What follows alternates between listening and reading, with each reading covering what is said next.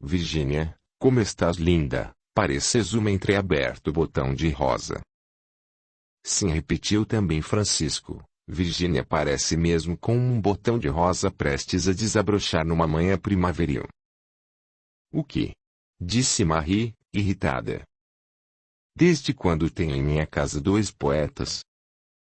Vamos, deixar de tolices. Não quero que Virgínia acredite nessas coisas. Ela já é bastante vaidosa. Mas insiste Pierre, eu acho Virgínia linda e a quero mais tarde para mim. Foi então a vez de Francisco protestar. O que acabas de dizer, Pierre? Disse que mais tarde quero Virgínia para mim. O que tem isso, meu pai? Francisco se aproximou do filho e fitando-o fortemente, sem que Pierre afastasse o olhar e o sorriso sarcástico, disse resoluto. Pierre, proíbo-te de pensares essas coisas a respeito de Virgínia. Ela será simplesmente sua irmã, compreendeste, meu filho? Marie, vendo que a discussão estava se tornando mais séria, tomou o chale e, abrindo a porta, disse: Vamos que já está na hora, do contrário chegaremos atrasados. A noite estava linda, muito branca, pois a neve tudo cobria, e ao longe os sinos repicavam festivamente. Na estrada, coberta de espessa chamada de fina neve, os camponeses, em grupos, se dirigiam para o castelo. A família de Francisco seguia calada. Na mente da tímida criança as palavras de Pierre continuavam a martirizá-la. Ela será minha. Ela será minha. Não, dizia intimamente a pobre criança. Não. Eu o detesto, e assim continuarei. Olhando furtivamente para Pierre, sentia medo e se aconchegava mais a Francisco como que pedindo a sua proteção. Pierre, com 16 anos, era muito alto e forte, olhar penetrante, porém o que mais amedrontava Virgínia era sua voz e o seu sorriso. Quando ele a fitava, a menina sentia um forte arrepio percorrer o seu frágil corpinho. Virgínia, com 8 anos, também era muito alta e junto de Pierre constituíam um formoso casal. Os 4 fizeram a longa caminhada sem pronunciarem uma só palavra. Já bem perto do grande portão foi que Marie disse: Virgínia, tem cuidado, nada de perguntas, estás ouvindo? Sim, balbuciou, timidamente, a menina. Juntando seus outros grupos de camponeses, foram para a capelinha. O cura já estava paramentado e a tradicional solenidade ia ser iniciada. Inesperadamente, a capelinha foi envolvida pelo cântico suave de um grupo de lindas camponesas. No altar florido e iluminado, a Virgem Maria, de olhar puro e bondoso, parecia que abençoava a todos. Na frente, bem junto ao altar, os nobres senhores, donos do castelo, ouviam atentos o ritual simbólico. De repente se ouviu uma voz muito harmoniosa sobressaindo do grupo das camponesas que cantavam acompanhando a missa. Todos, instintivamente, se voltaram para ver quem era a nova cantora e, surpreendidos, viram a filha adotiva de Francisco cantando indiferente aos olhares curiosos. Já nessa idade, Virgínia possuía uma voz de timbre claro e quando olharam para ela, todos ficaram emocionados não só pela maviosidade de sua voz, como pela beleza de seu rostinho puro. Virgínia, muito contrita, de mãos juntas, olhos fechados, cantando, mais parecia um anjo descido do céu, como disse Francisco. Terminada a cerimônia, todos os camponeses se dirigiram ao castelo onde seriam recebidos pelos senhores. Francisco e Marie, com os filhos, ficaram bem atrás. No salão, onde estavam os retratos, foi que os fidalgos receberam os camponeses. Por coincidência, Virgínia ficou bem defronte ao retrato que tanta influência tinha sobre seu espírito. Respiração ofegante, apertando as mãos nervosamente, a menina não afastava o olhar do grande retrato que tinha na sua frente. Como aquela dama devia ter sido linda, pensava a pobre menina, linda, muito linda. por que gosto tanto desse retrato? Parece que conheço essa fidalga assim como esse castelo. Tudo aqui me é tão familiar, como gostaria de percorrer estes salões e esses parques. Tenho certeza de que não me perderia aqui.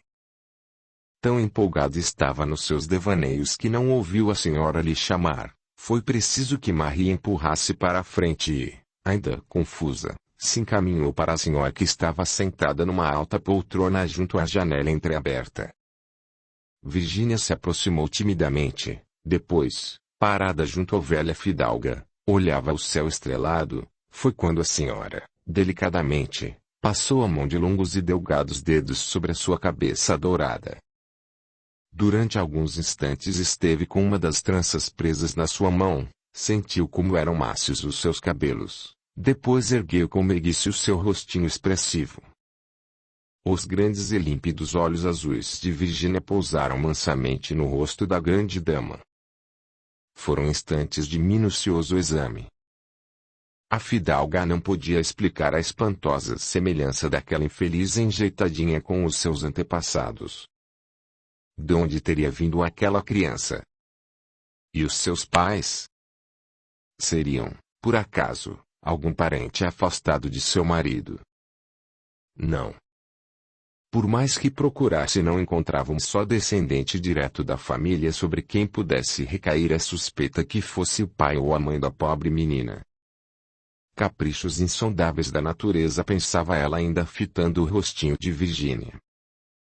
Todos os camponeses, admirados e silenciosos, esperavam pacientemente. Depois foi o fidalgo que se aproximou e ficou também admirando a criança que continuava quietinha junto de sua esposa. É linda, não achas? Sim, respondeu o fidalgo. É lindíssima. Afastando um pouco a menina, a fidalga a chamou Marie. Esta se aproximou respeitosamente. Depois, procurando Francisco, pediu que se aproximasse também. Assim como Marie, Francisco, respeitosamente, atendeu a ordem. Então, muito calmamente, a senhora lhes disse: sei que sois pobres e lutais com grandes dificuldades para manter esta criança, por isso resolvi tomá-la sob minha proteção. Marie estremeceu violentamente e Pierre, sem poder se conter, deu uns passos à frente, porém parou repentinamente quando deparou-se com o olhar severo da velha fidalga. A senhora continuou: vivo muito só neste castelo e gostaria de ter uma criança ao meu lado, e Virginia é a criança que desejo, bonita, meiga e inteligente. Mas, disse Marie, eu preciso da menina para me auxiliar. Minha senhora. Sim, compreendo muito bem isso, mas prometo aumentar o teu ordenado, de modo que a vinda da menina contribuirá para que o teu orçamento fique mais folgado. Sem poder contestar, Marie ainda apelou dizendo que precisava consultar seu esposo. Ora, Marie, ele está aqui tão perto que pode logo dar a sua aprovação. Marie olhou severamente para o velho companheiro, porém Francisco não demonstrou ter compreendido a sua atitude, e sem vacilar, disse: por mim, senhora, estou de acordo. Minha filha precisa mesmo receber uma educação mais esmerada, é inteligente e boa. Marie e Pierre se entreolharam.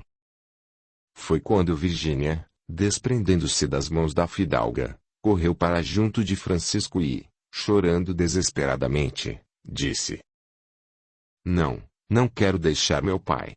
Não quero. Todos parados, assistiam à cena tocante. A fidalga, comovida, levantou-se da cadeira e foi para junto da menina, e afagando a sua cabeça, disse: está bem, minha querida, então podes voltar com teus pais, não te forçarei a vir morar comigo.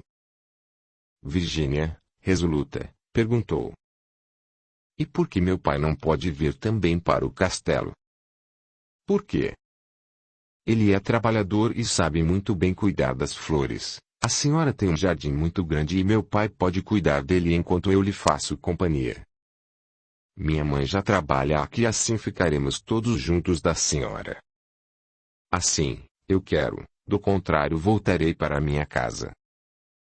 Marie e Francisco estavam estarrecidos com a ousadia da filha e mal podiam ocultar a ansiedade que os dominavam. A fidalga sorriu delicadamente, assim como seu esposo, e depois de trocarem um olhar ligeiro, ela falou: Está bem, Virginia, gostei da tua proposta. Como hoje estamos em festa, não podemos tratar disso. Volta para sua casinha em companhia dos teus pais e depois trataremos, com mais vagar, o que poderemos fazer. E acompanhada do esposo foi para o parque, onde assistiria à festa tradicional oferecida aos moradores do velho burgo. Marie estava furiosa e esperava impacientemente a volta para castigar a insolente menina.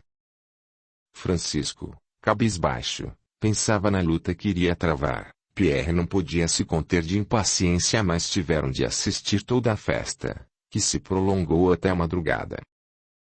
Com o despontar do dia foi que os camponeses se retiraram exaustos pela fadiga da longa noite. A paisagem sempre a mesma, linda, muito linda. Os campos cobertos de neve, as árvores despidas da verde folhagem e recobertas pelo manto alvo, sacudidas por um vento frio que fazia desprender minúsculas partículas de neve que ficavam soltas ao léu e pareciam flocos de plumas macias. Como era bela a quietude dos campos, assim envoltos no alvo manto. Apressados, seguiam os quatro pela larga estrada. Iam silenciosos. Virginia segurava fortemente a mão do velho pai e Pierre, de olhar duro, caminhava ao lado de Marie, que tinha também as feições transtornadas.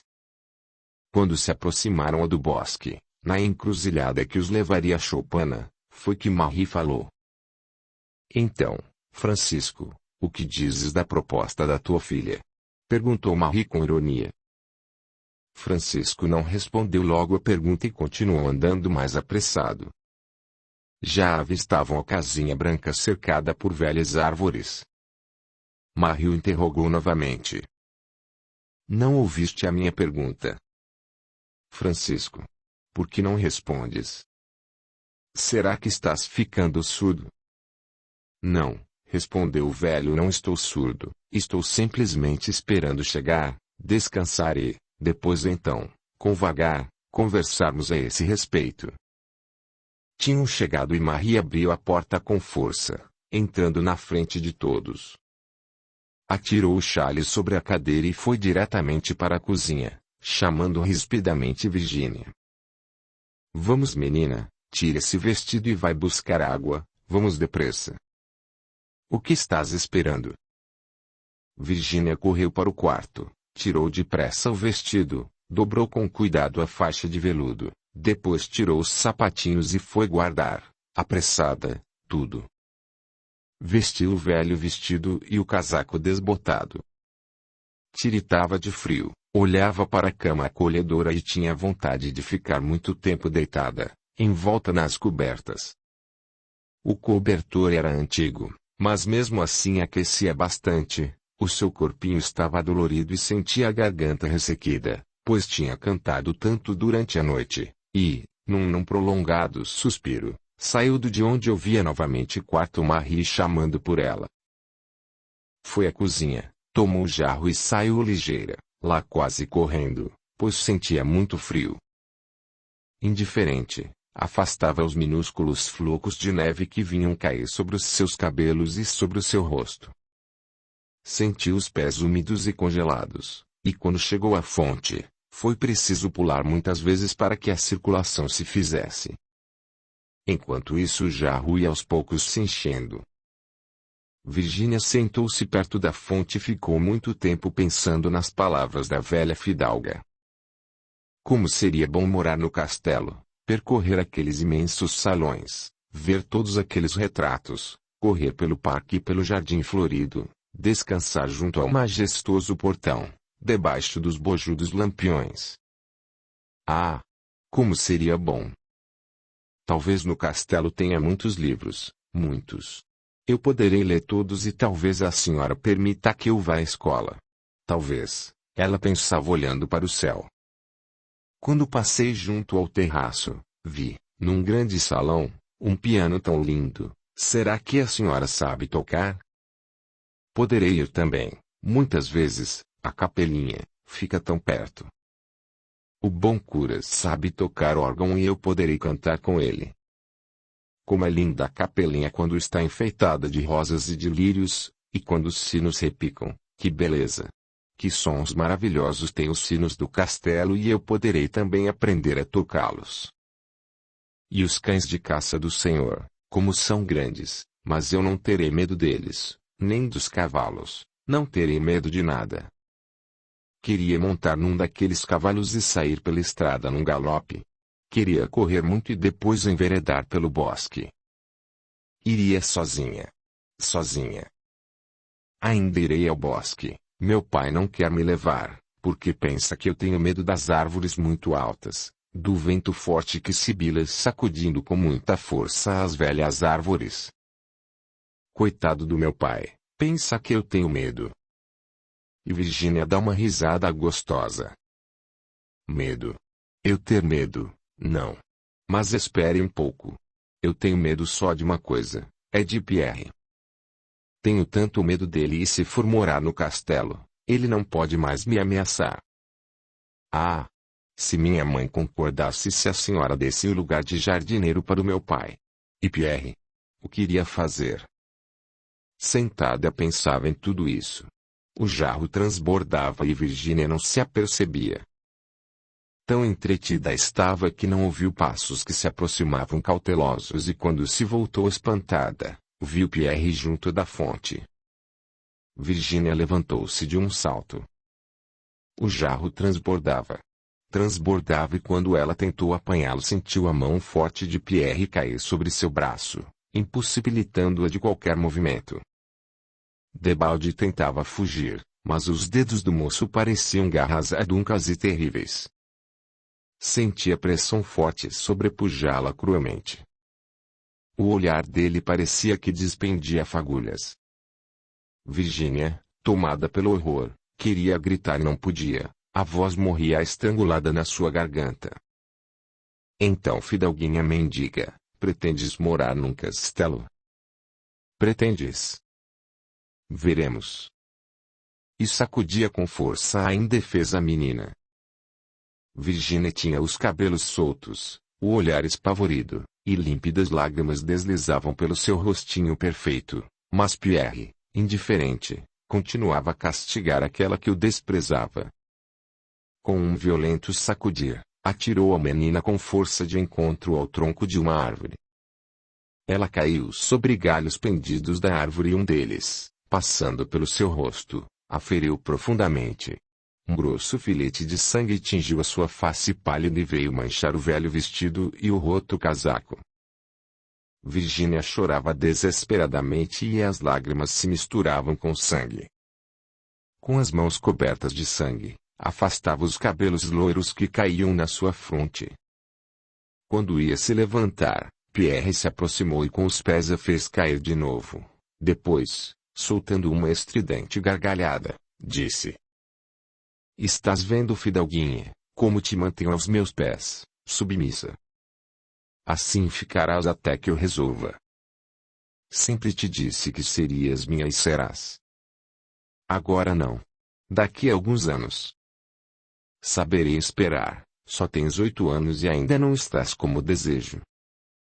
Fica sabendo que quando estiveres uma linda mocinha serás minha, quando o botão estiver quase entreaberto. Então eu colherei com todo cuidado. E Pierre, aproximando-se da menina que continuava caída, riu muito alto e novamente a empurrou, desta vez com mais força. Virgínia, toda encolhida, sentindo o sangue que não parava de jorrar do seu rosto e sem poder se defender, tremia de medo. Queria gritar, pedindo auxílio de Francisco, mas como fazer se a sua voz não saía? Muito tempo ficou caída, ouvindo Pierre ameaçá-la. De repente, ouviu ao longe que chamavam por ela.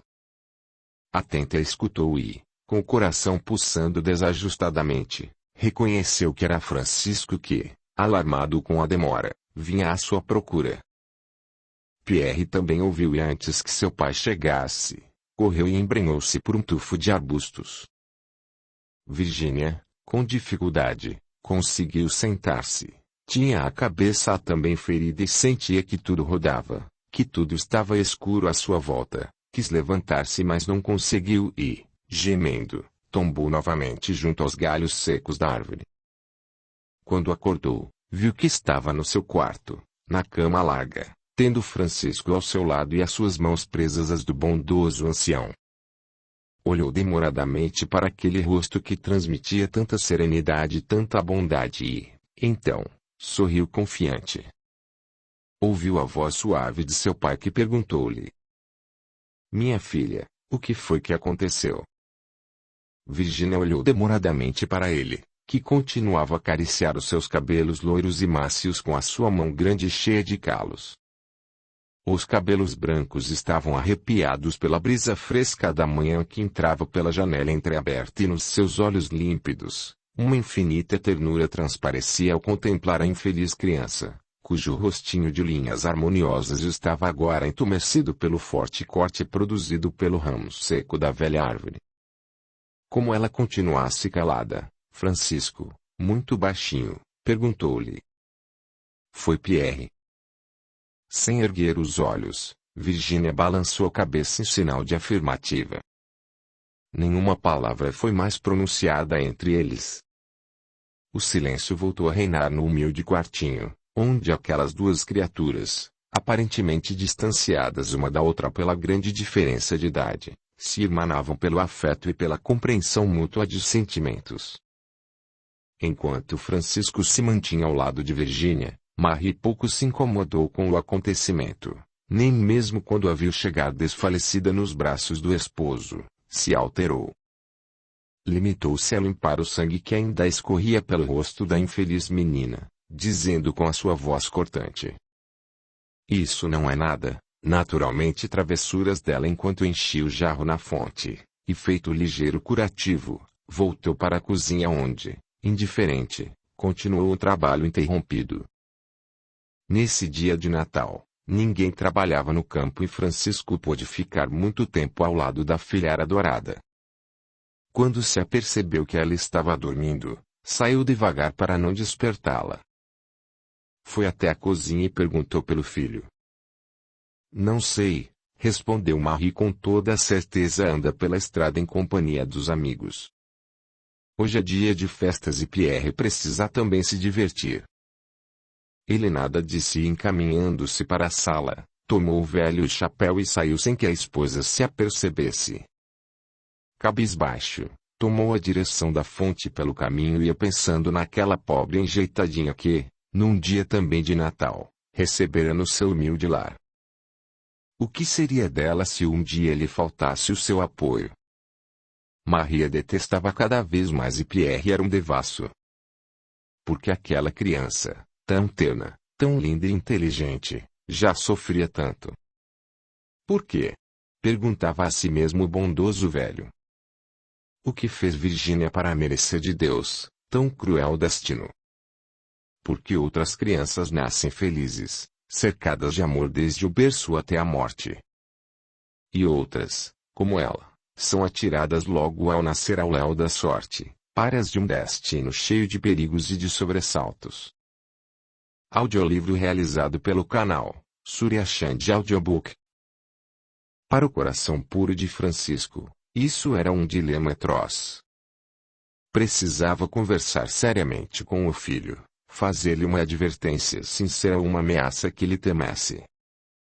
Chegando à fonte não viu ninguém, enveredou-se, então, pela estrada larga e ao passar pela casa de uns camponeses amigos, deparou-se com Pierre, que conversava animadamente num grupo de lindas camponesas.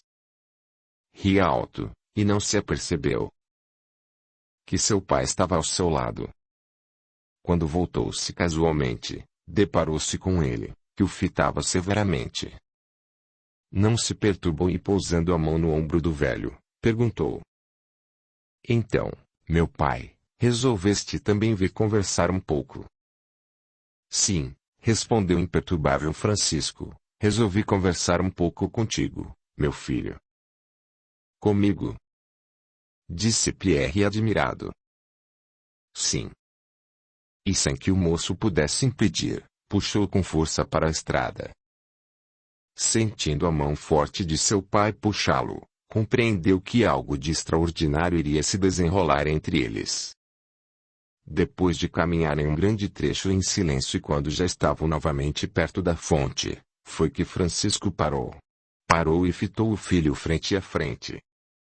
Pierre não se alterou e esperou que seu pai falasse. Quero saber o que foi que fizeste à tua irmã. Minha irmã? Que eu saiba, nunca tive nenhuma. Virgínia. Virgínia. Gritou furioso Francisco. Ah! Ah! Então Virgínia é minha irmã? Só agora que estou podendo desvendar o mistério. Então ela é tua filha. Ah! E deu uma gargalhada cínica, mas antes que a gargalhada terminasse, ele sentiu no seu rosto o ardor de uma bofetada dada pela mão calejada de seu pai. O jovem cambaleou e teria caído se Francisco não o tivesse agarrado pela gola do casaco e, assim preso por seus dedos aduncos, o manteve por muito tempo. Depois, sacudindo-o com violência, o atirou ao chão. Pierre quis levantar-se, mas seu pai o imobilizou novamente com outra bofetada. No canto da boca, Pierre sentiu o sangue escorrer e limpou com a manga do casaco. Francisco, arquejante, olhava para seu filho caído aos seus pés, teve pena, mas ao mesmo tempo recordou a ingênua criança que dormia na sua cama e a revolta voltou a dominar o seu coração. Chegando-se para mais perto do filho com o olhar revoltado e a voz ríspida, disse: Pierre, sei muito bem o que fizeste a Virgínia e fica sabendo que de outra vez o castigo será ainda mais forte. Ainda me restam energias e forças para tomar um rebenque e ensinar-te a respeitar crianças indefesas. Pierre deu um salto e enfrentando a cólera de seu pai, disse arrogante: Antes que isso aconteça, deixarei para sempre a tua companhia, mas fica certo que voltarei um dia e Virgínia será minha. Odeio tanto aquela fidalguinha mendiga, tanto que só ficarei satisfeito quando a tiver subjugada ao meu lado, quando a tiver atirada na sarjeta imunda onde ela devia ter sido jogada. Francisco fechou a mão e tentou aproximar-se novamente do filho, porém este, mais rápido, desviou-se do golpe e, correndo, saiu pela estrada. Emocionado e trêmulo, o velho camponês sentou-se no mesmo lugar onde estivera caído seu filho e chorou desesperadamente. Muito tempo esteve mergulhado na mais profunda dor, sentiu as lágrimas correrem pelo seu rosto rugoso e uma dor aguda martirizar o seu pobre coração. Assim ficou muito tempo até que resolveu voltar para sua casa. O sol já aquecia a terra e a neve desaparecia lentamente dos campos. Francisco sentia o corpo dolorido e com dificuldade conseguiu chegar à sua humilde casa. Entrou devagar e foi sentar-se junto à janela. Depois ouviu Marie chegar à porta e chamar muitas vezes pelo filho Pierre. Muito tempo ele esteve sentado junto à janela, em profunda meditação. Marie, indiferente, continuava sua labuta cotidiana. Quando terminou de preparar a refeição, tornou a chamar pelo filho e vendo que ele não vinha, resmungando aproximou-se do marido e disse: Onde estará Pierre que não vem e já é tão tarde? Mas como hoje é dia de festas, naturalmente ficará com os amigos. E, chegando na porta do quarto onde Virgínia ainda dormia, chamou: Vamos, menina, isso não é nada, vem comer para depois tratar das tuas obrigações. Virgínia despertou e sentindo ainda o corpinho doer, levantou-se e, trocando o vestido por outro limpo, saiu devagar para ir cumprir os seus deveres. O dia passou lentamente e a noite chegou maravilhosamente bela. No céu escuro algumas estrelas de raro fulgor o enfeitavam como se fossem translúcidos diamantes incrustados no escrínio de mácio veludo. A tranquilidade da noite simbólica envolvia toda a terra e dos corações subiam ao alto as preces sinceras ao sublime menino, aquele que nascido na humildade de uma pobre manjedoura, dera aos homens as diretrizes justas que os deviam orientar. Mesmo os mais céticos não podiam esconder que, naquela noite, sentiam-se mais felizes, porque o Natal despertava as mesmas alegrias e as mesmas emoções, quer entre os ricos e pobres, nobres e plebeus. Todos se irmanavam nessa noite de tocante beleza. Nas cidades e nos campos, todos alegres entoavam cânticos, velhos, moços e crianças ingênuas ouviam os sons harmoniosos dos sinos, quer das soberbas catedrais ou das pequeninas capelas perdidas na imensidão das vilas. Tudo vibrava no ar. E na casinha pobre de Francisco, reunidos na salinha mal iluminada, conversava o velho casal tendo Virgínia sentada, silenciosa, a um lado. Marie já demonstrava sinais visíveis de apreensão, pois durante todo o dia esperara pelo filho e a noite já chegara e Pierre não tinha vindo. Francisco também estava preocupado, mas esforçava-se para não demonstrar. Onde teria ido Pierre? Perguntavam os dois a si mesmos. Onde? Marie levantou-se diversas vezes e foi até a porta, olhando a larga estrada na esperança de ver surgir o seu filho predileto. Já muito tarde, resolveram fechar a casa e irem dormir pois no dia seguinte teriam de trabalhar. Onde estará Pierre? Perguntou Marie ao esposo. Com certeza foi a alguma festa. Vamos dormir, ele virá logo mais. Com cuidado apagaram o lampião da sala e Francisco, ainda uma vez, abriu a janela para ver se o filho vinha. Nada. Silêncio completo. Notou que Marie estava muito preocupada e que toda a noite esperou ansiosamente ouvir o barulho do filho que voltava. Como de costume, muito cedo já estavam todos em pé, prontos para reiniciarem o trabalho. Marie saiu para o castelo e ele para o campo. Virgínia tomou o jarro e encaminhou-se para a fonte, ia com o coração em sobressalto, temerosa de que Pierre aparecesse novamente. E o que seria dela sozinha? Chegando, apressada, encheu o jarro e retornou à casa, e fez todo o trabalho deixado por Marie como estava acostumada. Depois, tomou o velho livro e foi para debaixo da árvore onde sentou-se e ficou com o livro fechado. Pensava também em Pierre. Mas onde teria ido? Será que foi embora para muito longe como prometia sempre? Capital. Teria ido para Paris tentar a vida se isso acontecesse, como seria bom, pensava Virgínia, ficaria livre dele. Mas Francisco e Marie sofreria muito com essa ingratidão e Virgínia teve pena dos seus bondosos pais. Quer apoiar o canal? Seja membro.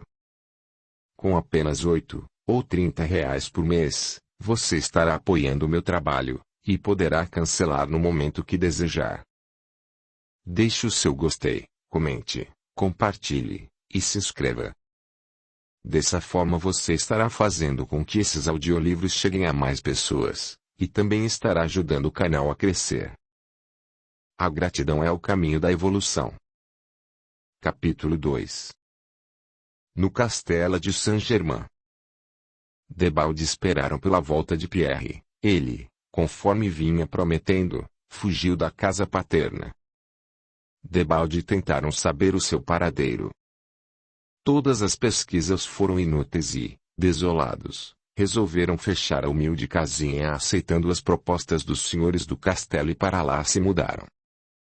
Francisco foi trabalhar como jardineiro, Marie continuaria a desempenhar os mesmos serviços e Virgínia ficaria para fazer companhia à bondosa senhora. Fora designado, para eles, uma casa no fundo do parque. A mesma era composta de 2 quartos pequenos, uma salinha e uma cozinha que para eles era um cômodo inútil pois faziam as refeições no próprio castelo. Virgínia ficou contentíssima quando transpôs o grande e majestoso portão para fixar residência no palácio. Entrou na frente, de cabeça erguida e andar desembaraçado. No florido terraço avistou a senhora, que repousava numa cadeira e, Vendo os três que se encaminhavam pela alameda circundada de frondosas e seculares árvores, acenou com a mão para a menina que correu imediatamente para junto dela. Ofegante, subiu a longa escadaria de mármore. Junto da senhora chegou com o rostinho alegre e corado. Nos olhos profundos e tênues um clarão de felicidade os fazia ainda mais belos. Vestida pobremente e calçada com um velho sapato era assim mesmo encantadora a menina. A fidalga ficou muito tempo olhando para ela num êxtase de verdadeira admiração e todas as vezes que via a menina não podia deixar de sentir uma estranha sensação. Com o decorrer do tempo mais se acentuavam na enjeitadinha os traços de semelhança com os antepassados do seu marido. Meigamente tomou as mãozinhas da menina e a fez sentar-se ao seu lado. Virgínia, com certa relutância, sentou-se. Então estás satisfeita, Virgínia, de vires morar comigo? Perguntou a nobre senhora. Sim, respondeu baixinho. Quero que me faças companhia e me acompanhes nos meus passeios. Gosto de sair à tarde e pela manhã.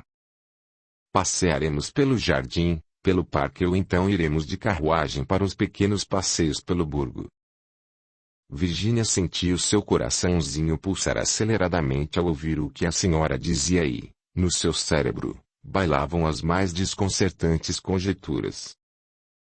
Passear de carruagem ao lado da fidalga. Sentir o sacudir da mesma nas pedras da estrada, ver as árvores correrem atrás da janelinha e admirar o azul claro do céu, ver os pássaros voando como que seguindo a carruagem num cortejo servil, sentir o vento fresco entrar suavemente pela janela e vir arrepiar os seus cabelos e acariciar as suas faces, sentir a maciez das almofadas e com seus dedos nervosos afastar a delicada cortininha para melhor poder ver os campos floridos e as montanhas verdes. Ver o cocheiro impertigado vestido na farda com galões dourados, o chapéu alto, tendo nas mãos fortes as rédeas e o chicote para fazer com que a soberba parelha de puro sangue obedecesse às suas ordens, e num suave galope ao lado da senhora, transpor o majestoso portão onde dois criados cerimoniosos estariam à espera. Como seria bom, tudo isso! Tão absorta estava, que não se apercebeu que a senhora contemplava, admirada. Mas o que estás pensando, Virgínia, por que este olhar tão esquisito? Virgínia sorriu assustada e disse com receio. Nada, e estava pensando como seria bom passear com a senhora na carruagem. A bondosa senhora levantou-se sorrindo e tomando a mãozinha da menina, encaminhou-se para o grande salão que estava com as portas entreabertas. Virgínia seguiu-a com desembaraço. Já estavam instalados há muitos dias no castelo, quando uma linda manhã a senhora chamou Virgínia. Vem, tenho para ti uma grande surpresa. Ela, que estava no jardim ao lado de Francisco, saiu correndo ardendo de curiosidade. O que será? Pensou. Subiu sôfrega os degraus de mármore e parou junto à senhora. Queres saber o que é? Sim, balbuciou a menina. Pois então vai mudar de vestido e venha. Novamente Virgínia saiu correndo. Esbarrou em Marie, que vinha conversando com outra criada e, sem dar a menor importância, penetrou no seu quarto. Vestiu apressada outro vestido, fez as tranças e as amarrou com uma velha fita, calçou os sapatos e voltou ainda correndo. E qual não foi a sua surpresa quando viu parada, junto à escadaria, a carruagem tendo já sentada a senhora que a esperava. Trêmula, ficou parada junto à porta aberta, os seus olhos estavam desmesuradamente abertos e nas suas pupilas, um estranho fulgor. Vem, minha menina. Ela subiu para a carruagem e a senhora deu ordens para que o cocheiro seguisse. Vamos dar um passeio pela estrada e depois iremos fazer uma visita aos meus pobres. O cocheiro obedeceu e a carruagem transpôs o largo portão em direção à estrada. A manhã estava muito fresca e agradável. O céu azul sem nuvens. Tudo estava parado. Os cavalos seguiam guiados pelas mãos fortes do cocheiro. Virginia examinava o interior da carruagem. Era um antigo veículo que a senhora aproveitava para os seus passeios ao redor do burgo. Apesar de confortável, via-se que era bem velha, mas para os olhos da ingênua criança era como uma carruagem dos contos de fadas. Aos seus olhos ela se transformava, via com novo brilho as nuances desbotadas da seda que cobria as almofadas, tinha maior leveza a cortininha que enfeitava a janela. Porém, o que mais encantou Virginia foram os brasões esculpidos nas portas da mesma. Passou muitas vezes os seus dedinhos finos sobre a escultura. Admirou as flores de lis entrelaçadas e sentia o sangue percorrer acelerado nas suas veias. A senhora conservava-se calada sem perder um só gesto da menina sentada ao seu lado. Foram até o fim do bosque sem que ela se apercebesse do mundo exterior, depois voltaram e tomaram outra direção. Só quando a carruagem parou diante de uma humilde choupana, foi que Virginia despertou do seu sonho. Entraram. Decorridos alguns instantes a visita estava feita e retornaram ao castelo. Desta vez, Virginia vinha atenta olhando a paisagem. Quando passaram pelo bosque, ela disse: "Tenho tanta vontade de percorrer o bosque, mas meu pai não quer permitir. Diz que eu terei medo pois as árvores são muito altas e o vento é muito forte, mas tenho certeza que não sentirei nenhum temor." "Acho que o teu pai tem razão. O bosque está muito abandonado e é perigoso uma criança se embrenhar por ele." "Mas é tão bonito, não achas?" "Sim, é belo e imponente.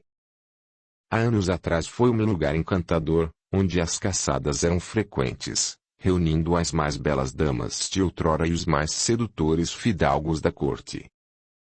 Hoje, infelizmente, não podemos conservá-lo como os nossos antepassados, pois não temos mais aquela fortuna fabulosa que permitia a conservação de um bosque para a distração da caça.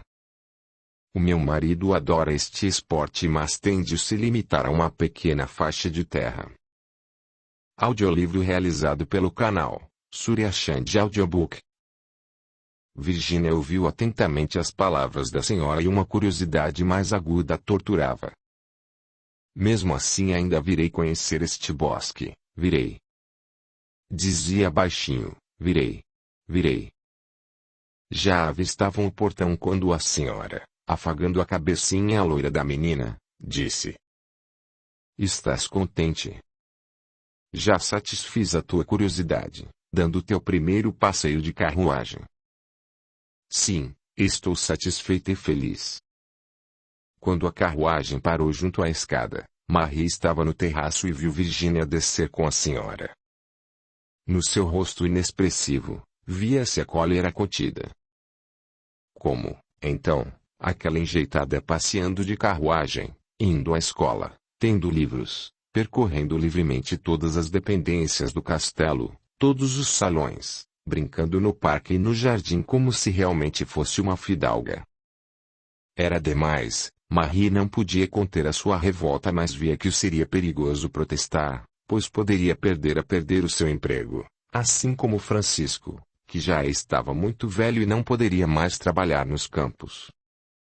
Ali tinha tudo: casa, bom ordenado, enfim uma velhice assegurada. Por que protestar? Por que provocar desagrado quando ela seria mais sacrificada? Mas, ver aquela odiosa enjeitada gozando de tantas regalias era, para a alma de Marie, um pesadelo. O mesmo não acontecia com o bondoso Francisco, que via, feliz, quanto Virginia já era estimada pelos senhores. Quando deparou-se com a menina descendo da carruagem junto ao terraço, sentiu a sua alma inundada de imensa felicidade. Recostando a branca cabeça num arbusto e passando as mãos sobre os cabelos, pensava: "Agora posso morrer tranquilo, pois sei que a minha Virginia está amparada. Posso morrer." Os dias se passavam lentamente no castelo e os anos iam aos poucos transformando tudo. 2 anos depois da instalação de Virginia e seus pais adotivos no castelo acolhedor, morria o velho fidalgo. Foi um golpe terrível, não só para sua companheira como para todos os criados e camponeses. A senhora ficou mergulhada na mais profunda tristeza e no maior isolamento. Só admitia a menina a seu lado.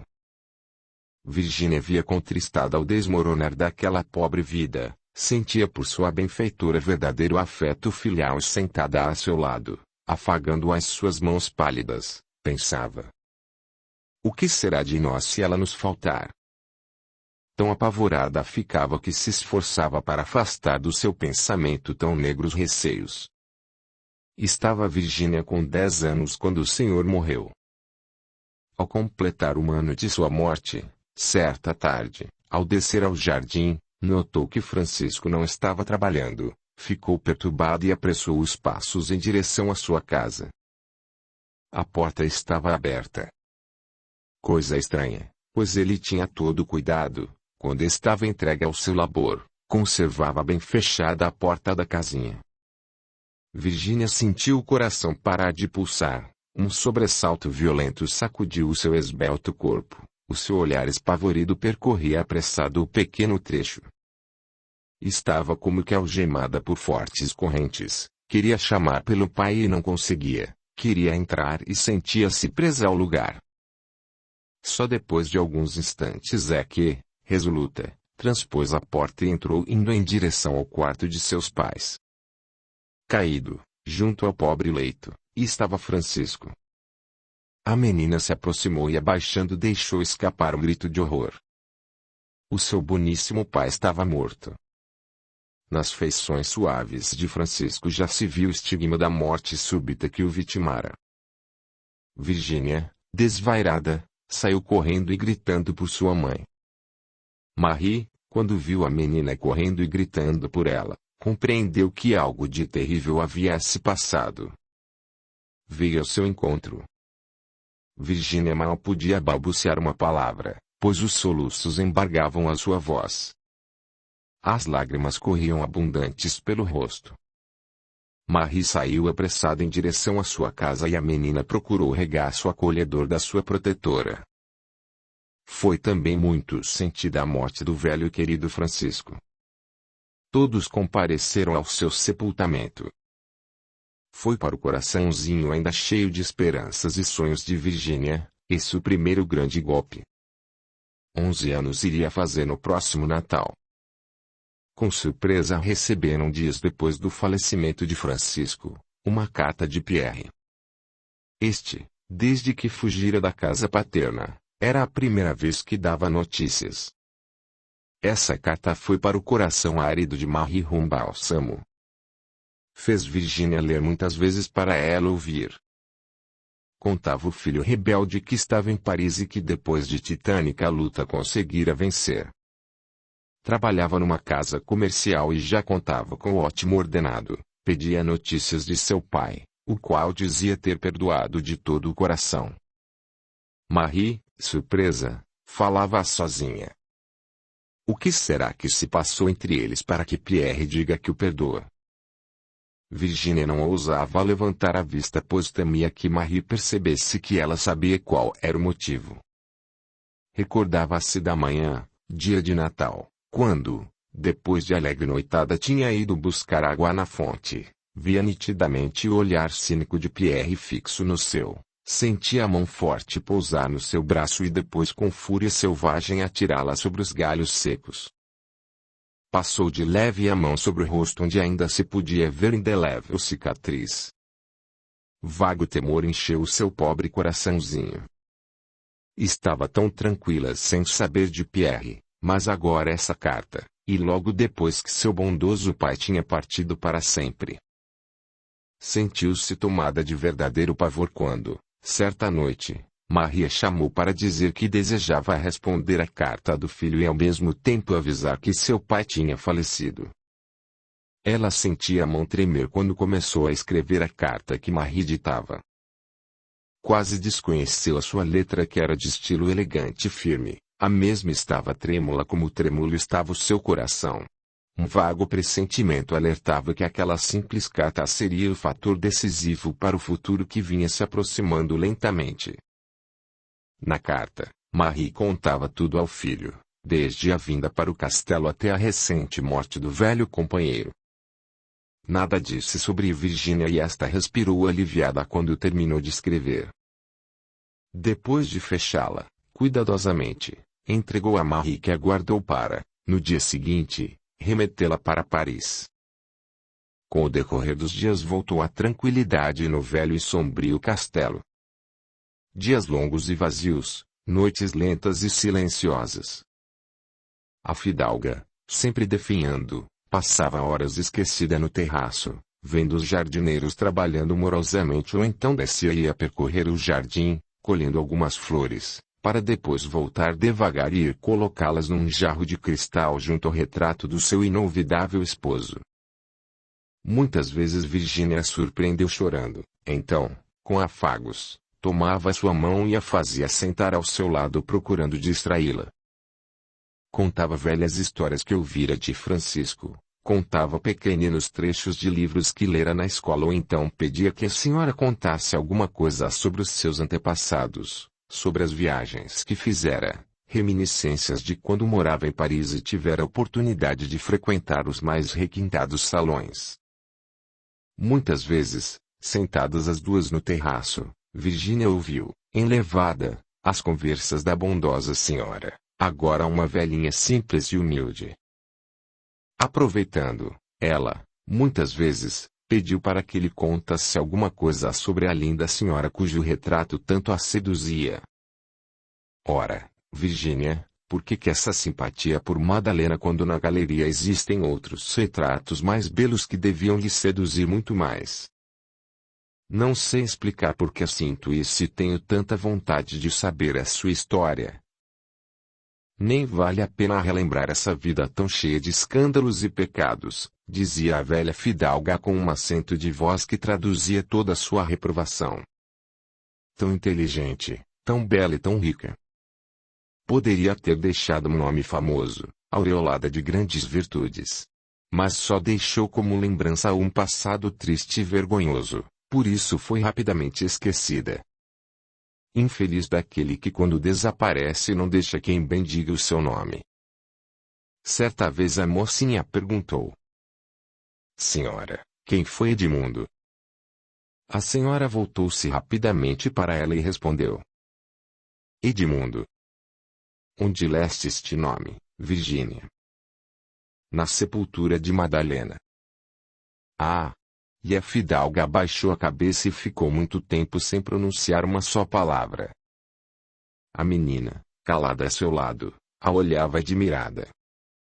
Depois ela levantou a cabeça e disse: Edmundo foi um grande escritor e teria sido um ótimo esposo, um exemplar cavalheiro, se não tivesse tido a infelicidade de ter encontrado Madalena na sua vida.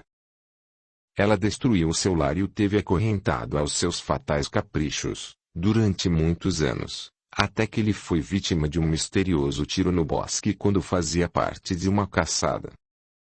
Contava meu marido que sempre foi um mistério a sua morte, ninguém sabia de onde tinha vindo o tiro que o vitimou. Depois da morte dele foi que Madalena se fez ainda pior, diversas foram as vítimas. 2 jovens se suicidaram por sua causa, um deles, até então simples militar, chegou ao ponto de furtar para satisfazer os seus caprichos e, quando descoberto, preferiu a morte à vergonha de ser julgado por um tribunal militar que o condenaria implacavelmente. É triste, muito triste, a vida que levou essa nossa parenta. Mesmo sabendo de tudo isso, Virginia não podia olvidar aquele rosto tão belo. E sempre que passava perto do retrato parava para olhar. 2 anos após a morte de Francisco, Marie adoeceu gravemente. Debalde foram todos os esforços tentados para salvá-la, e precisamente 3 dias depois ela também partia. Até nos últimos momentos não teve para com Virginia um só gesto de amor, só lhe fez um pedido: comunicar o seu falecimento ao filho. Ela prometeu e cumpriu logo depois do seu sepultamento. Numa lacônica missiva, comunicou a Pierre o falecimento de Marie. Estava com 13 anos e era uma adolescente linda. Alta, esbelta, traços perfeitos, olhos muito azuis e macios cabelos loiros. Só com a senhora e a criadagem do castelo, passava os dias felizes. Tinha permissão para sair livremente e sempre que podia saía pela estrada devagar e ia até a encruzilhada. Foi diversas vezes à velha casa onde morara tantos anos e, junto à árvore, sentada sozinha, recordava quando pequenina ouvia, enlevada, as histórias contadas por Francisco. As lágrimas vinham sem que ela pudesse impedi-las e uma pungente saudade torturava o seu coraçãozinho. Mesmo amparada pela fidalga, sentia um vago temor. E quando ela morrer, o que poderei fazer, para onde ir, se não tenho ninguém? Surgia logo a lembrança de Pierre. E um medo terrível a assaltava. Num desses passeios até a antiga residência, quando voltava emocionada pelas tristes recordações da sua infância, ao passar junto do bosque, sentiu uma vontade imensa de enveredar por entre aquelas altas árvores, por entre aquele emaranhado de verdura tão belo e tão convidativo para o repouso. Sentia ímpetos de sair correndo e, no denso mistério daquelas árvores, procurar lenitivo para o temor que invadia a sua alma e a angústia sufocante do seu coração. Para acalmar-a. Não resistiu e, resoluta, embrenhou-se pelo pequenino atalho. Era uma tarde clara e o sol, lentamente, se escondendo através da montanha. Os pássaros já procuravam os ninhos e o silêncio ia, aos poucos, invadindo tudo. Virgínia seguia encantada pelo atalho e deparou-se com o regato, que corria vagarosamente por entre as pedras, as águas límpidas, deixando ver o leito juncado de pequeninas pedrinhas. Sentou-se de um lado e ficou olhando aquela água tão clara correndo, correndo. Para onde iria? Ia. Onde iria terminar? Donde teria vindo? Como as águas do regato pareciam com a sua vida. Ela também tinha aparecido e nunca souberam explicar onde vivia. E para onde iria? Onde terminaria a sua vida? Onde? Via tenra plantinha, muito verde, cobrindo a terra fértil, tufos de agrestes flores desabrochavam a esmo e que colorido perfeito das suas pétalas, que perfume sutil vinha das corolas abertas e dos minúsculos botões prestes a se abrirem com o orvalho fresco da próxima madrugada. Tentava analisar os contrastes magníficos que tinha diante de seus olhos. Como poderia explicar a grandiosidade das seculares árvores, qual vigilantes sentinelas enfeitadas de trepadeiras floridas e grossos crucipós, como se fossem pesadas correntes pendentes dos galhos vigorosos e, logo abaixo, a tenra plantinha delicada e frágil, ambas vindas do seio misterioso da terra. Uma, forte, desafiando ventos e tempestades, dando guarida a pássaros indefesos, sustentando pequeninos ninhos, onde lindos passarinhos vinham tecer arrulhos amorosos e entoarem delicados gorjeios. Outra, pobrezinha, frágil, apesar de bela, era pisada, arrancada e aniquilada. A eterna luta do forte e do fraco, porque a árvore, mesmo sendo imensa, era vencida pelo machado do lenhador, cortada e atirada à lareira ou, então, transformada em sustentáculos para o levantamento de novos lares. Num exame meticuloso, chegamos sempre a esta verdade. Viver é lutar. Todos têm a mesma finalidade, quer seja o homem quer sejam os animais, os vegetais. Todos nascem e lutam para a manutenção própria e todos sucumbem impreterivelmente fim do ciclo previsto pelas leis sábias de Deus. Virgínia, sentada junto ao regato, meditava profundamente, e para os seus 14 anos incompletos, vividos sempre num ambiente simples e puro, ela não podia ver com toda a clareza o que realmente era o mundo fora do ambiente estreito em que vivia. O medo que sentia vinha intuitivamente, sem que ela pudesse compreender perfeitamente a causa desse temor que a dominava implacavelmente. Nunca saíra do velho burgo, jamais podia compreender como seria uma grande cidade, moldava todos os seres pelos camponeses que conhecia desde a sua infância.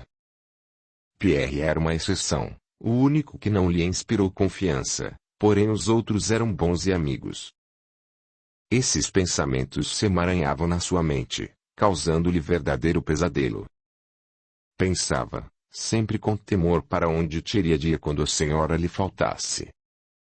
Poderei ficar aqui mesmo, aqui encontrarei trabalho e viverei tranquila. Por que, pois, temer? Quando Pierre escreveu, pela primeira vez, para Aramarie, descrevia entusiasmado as belezas de Paris. Cidade encantadora, quer nas noites de luar ou nos dias claros de sol, quer nas tardes calmas do outono, ou nas manhãs de primavera. Ruas, algumas silenciosas, envolvidas pela viração branda que traz o cheiro agreste das árvores floridas e das fumaças das chaminés dos velhos e austeros casarões. Em outras ruas, moram os mais humildes, aqueles que saem muito cedo, para o labor cotidiano. Numa dessas ruas é que Pierre reside, mas tem esperanças de poder ainda viver do outro lado, onde as casas são verdadeiros palácios, as ruas largas e os bosques sedutores, onde as carruagens passam apressadas levando lindas damas e elegantes cavalheiros. Lendo esse trecho, ficou gravado no cérebro de Virginia uma pálida ideia de como seria uma grande cidade, e dizia baixinho: deve ser muito perigoso morar numa cidade assim. Só mesmo Pierre, com a sua ousadia, que podia ter tido a coragem de enfrentar sozinho tão arriscada aventura. Cansada de tanto pensar, Virginia se levantou e saiu vagarosamente pela estreita trilha.